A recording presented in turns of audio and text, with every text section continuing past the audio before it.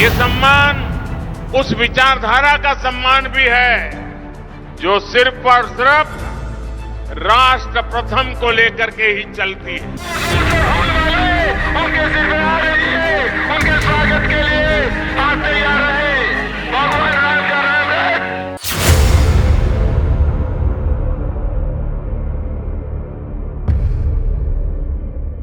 देश ने एक बड़ा निर्णय लिया है। ये निर्णय है जननायक कर्पूरी ठाकुर जी को भारत रत्न देने का। दो विचारधाराएं और अपने दौर की दो बड़ी राजनीतिक हस्ती जिन्होंने अपने सियासी कौशल से उस वक्त की सियासत का रुख मोड़ दिया।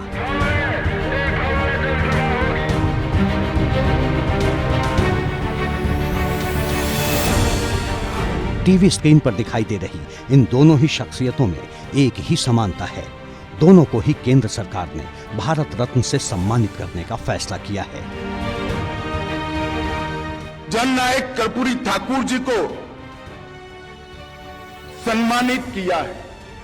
मोदी जी ने इस देश के 70 करोड़ गरीबों को सम्मानित करने का काम किया है। आदरणीय लाल कृष्ण आडवाणी जी को हमारे सबसे लोकप्रिय नेता भारत के प्रधानमंत्री श्री नरेंद्र मोदी जी ने भारत रत्न से नवाजा है।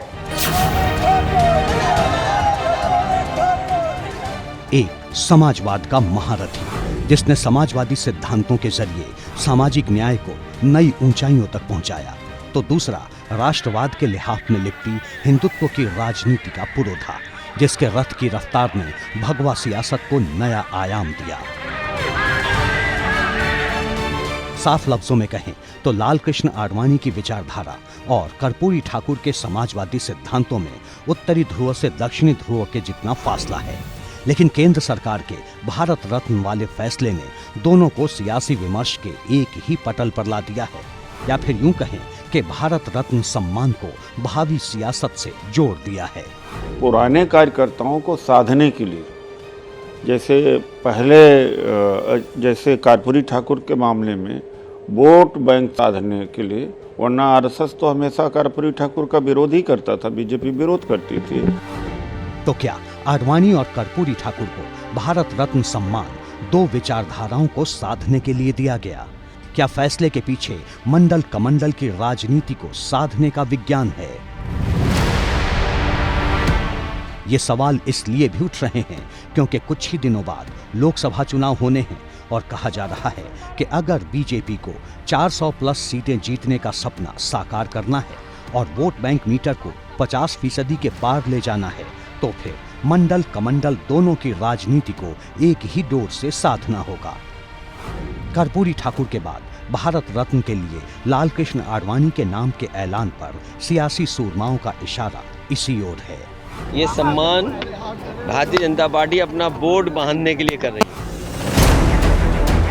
अब जरा आडवाणी और कर्पूरी ठाकुर को भारत रत्न सम्मान देने के पीछे की क्रोनोलॉजी समझिए।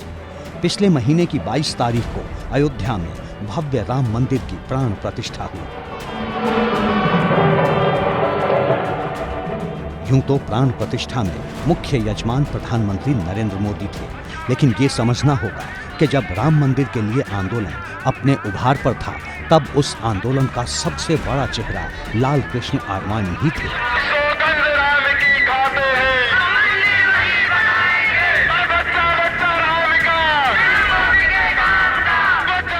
वो लाल कृष्ण आडवाणी ही थे जिन्होंने राम मंदिर के लिए सोमनाथ से अयोध्या तक रथ यात्रा निकाली। विवादित ढांचा ढहाए जाने पर आरोपी बनाए गए। जाहिर है कि जब राम मंदिर का निर्माण हो चुका है, तो प्राण प्रतिष्ठा से पैदा हुई राम लहर पर बीजेपी अपना नाम कहीं ज्यादा गहरे अक्षरों में दर्ज करवाना चाहती है। इसके लिए भारत रत्न सम्मान से बड़ा रास्ता और क्या हो सकता है? उनका इतनी कंट्रीब्यूशन रही है, is one of our tallest leaders.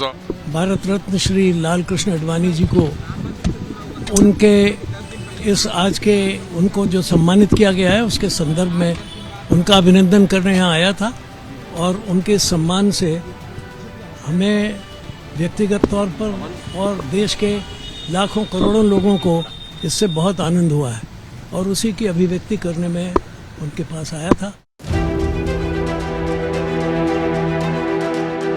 हालांकि बीजेपी कहीं भी किसी भी मंच से राम मंदिर आंदोलन में लाल कृष्ण आडवाणी के योगदान का जिक्र नहीं कर रही, बल्कि संदेश दे रही है कि राष्ट्रवाद के कैनवस को बड़ा करने में उनकी भूमिका क्या और कितनी बड़ी रही। ये बात और है कि विपक्ष के कुछ नेता मानने को तैयार नहीं। इनमें बड़ी संख्या मुस्लिम वोट बैंक की राजनीति करने वाले नेताओं की है। हम ये इस बात को कतई नहीं मान सकते कि ऐसे शख्स को आप अवार्ड दे रहे हैं जो भारत में हिंदू मुस्लिम फसादात हुए और उनकी मौजूदगी में बाबरी मस्जिद की शहादत हुई। इस देश के 40 बरस तकरीबन 40 इयर्स 4 दशक उस विवाद में गए हैं। हमने अपनी ऊर्जा उस विवाद में खोई है जिसके जनक थे आडवाणी जी, मंदिर मस्जिद विवाद। अब तो मुझे लगता है कि क्या ही कहें, एक पैराडाइम शिफ्ट हुआ। हालांकि इन बयानों से बीजेपी को कोई फर्क नहीं पड़ता, क्योंकि बीजेपी को जो संदेश देना था वो दे चुकी है। सवाल है, कल तक कर्पूरी ठाकुर को भारत रत्न सम्मान देने के फैसले का स्वागत करने वाले लाल कृष्ण आडवाणी के नाम पर लाल क्यों हो रहे हैं? इस मामले में कांग्रेस नेताओं का बयान बेहद नपातुला है। आडवाणी जी को भारत रत्न मिला है सर, उस पे अरे ऑन किया मैंने ठीक है।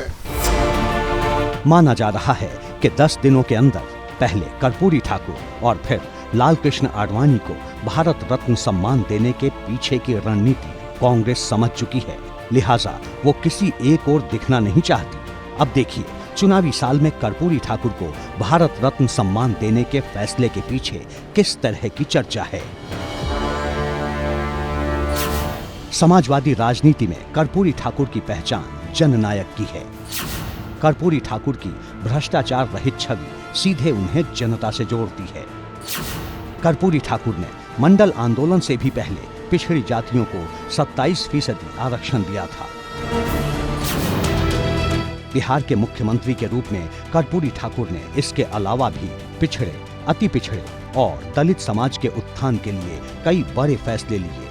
बड़ी बात यह है कि बिहार की राजनीति के 2 बड़े चेहरे लालू प्रसाद यादव और नीतीश कुमार दोनों ही कर्पूरी ठाकुर के बताए रास्ते पर चलने का दावा करते हैं। और अगर देखा जाए तो कर्पूरी ठाकुर को भारत रत्न सम्मान के ऐलान के बाद ही नीतीश कुमार लालू यादव का साथ छोड़ एक बार फिर एनडीए के साथ खड़े हो गए। सबको न्याय, सबको समान अधिकार, हमारे संविधान के मूल मंत्र को सम्मानित करने का काम कर्पूरी ठाकुर जी को भारत रत्न देकर किया है। और नरेंद्र मोदी जी ने आज देश के करोड़ों गरीब युवाओं के मन में अगर हमें जोम है, संघर्ष करने की धगस है, हम पढ़ाई लिखाई कर कर आगे आना चाहते हैं, सिद्धांतों के आधार पर जीवन जीकर अपना जीवन व्यतीत करना चाहते हैं, तो हम भी कुछ भी बन सकते हैं, भारत रत्न भी प्राप्त कर सकते हैं। वो आशा को जीवित करने का काम है। यानी चुनावी साल में बीजेपी ने एक ही तीर से 2 निशाने साध दिए हैं। कर्पूरी ठाकुर के सम्मान के जरिए समाजवादी राजनीति का दावा करने वाले सियासी दलों की जमीन पर नजर जमा दी है, तो आडवाणी का सम्मान कर बता दिया है कि हिंदुत्व पर बीजेपी की लाइन वही है जो राम मंदिर आंदोलन के वक्त थी। मंडल कमंडल के सम्मान के इसी राजनीतिक विज्ञान ने अब समाजवादी सियासत की धड़कनें बढ़ा दी हैं। पूरी जी का एक अलग ये था, गरीबों के नेता, झोपड़ी के लाल, गुदरी के लाल, समझा के नहीं, और कभी हाथ पसारा नहीं। अब विपक्ष के नेताओं के तर्क अपनी जगह। चुनाव से पहले ही बीजेपी ने भारत रत्न सम्मान के रूप में अपनी पहली चाल चल दी है।